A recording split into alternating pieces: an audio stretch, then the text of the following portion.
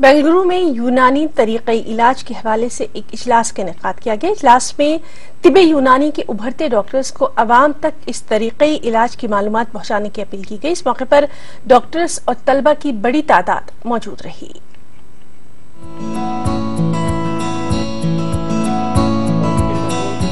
बेंगलुरु में NU hospital और कर्नाटक यूनानी वेलफेयर फाउंडेशन के इश्तराक से इजलास मुनक्किद हुआ। इस अहम इजलास में यूनानी तरीक़े इलाज में नए रुझानात, नई इजादात पर गुफ्तगू हुई। साथ ही यूनानी डॉक्टरों और तलबा को दीगर तरीक़े इलाज की भी जानकारी फराहम की गई। यूनानी के जो लेटेस्ट जानकारी है, लेटेस्ट जो डेवलपमेंट्स मेडिसिन में है, उसका जानकारी लेने के लिए हम लोग यहाँ पे जुड़े हुए हैं। और नॉट ओनली फ्रॉम यूनानी सिस्टम ऑफ मेडिसिन, हर एक सिस्टम ऑफ मेडिसिन से हम लोग जो अच्छा लेटेस्ट डेवलपमेंट है उसको हम लोग इनकॉर्पोरेट करके हमारे सिस्टम में उसको अडॉप्ट करने का हम लोग सोच रहे हैं। सो ये बहुत सक्सेसफुल था हमारे तरफ से और यूनानी एसोसिएशन तरफ से भी ये सक्सेसफुल था।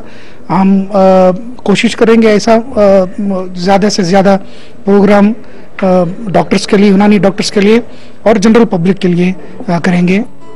इजलास में तिब्बे यूनानी के उभरते हुए डॉक्टरों से अपील की गई कि वो यूनानी तरीक़े इलाज को अवाम तक पहुंचाएं।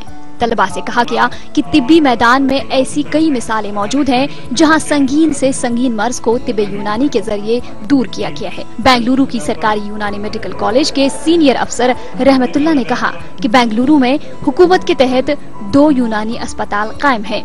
इन अस्पतालों में मुफ्त इलाज के जरिए लोगों को राहत पहुंचाने की कोशिश की जा रही है। अवाम को चाहिए कि हुकूमत की इस स्कीम से फायदा उठाएं। The place where the point where all allopathy system stops, that is the point where Unani medicine starts. So we had gained a lot of confidence in treating the patients in comparison to the allopathy medicine. In Unani system of medicine, we treat this cause rather than treating the symptoms. We got encouragement to practice only Unani system, as some doctors and practitioners are practicing both allopathy and the Unani together.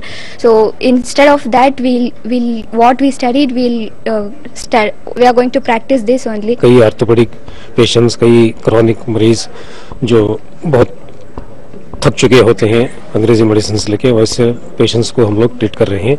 तो हमारे पास अच्छा खासा दवाओं का जखीरा भी है और हुकूमत की तरफ से हम लोगों को माली ताउन भी मिल रहा है।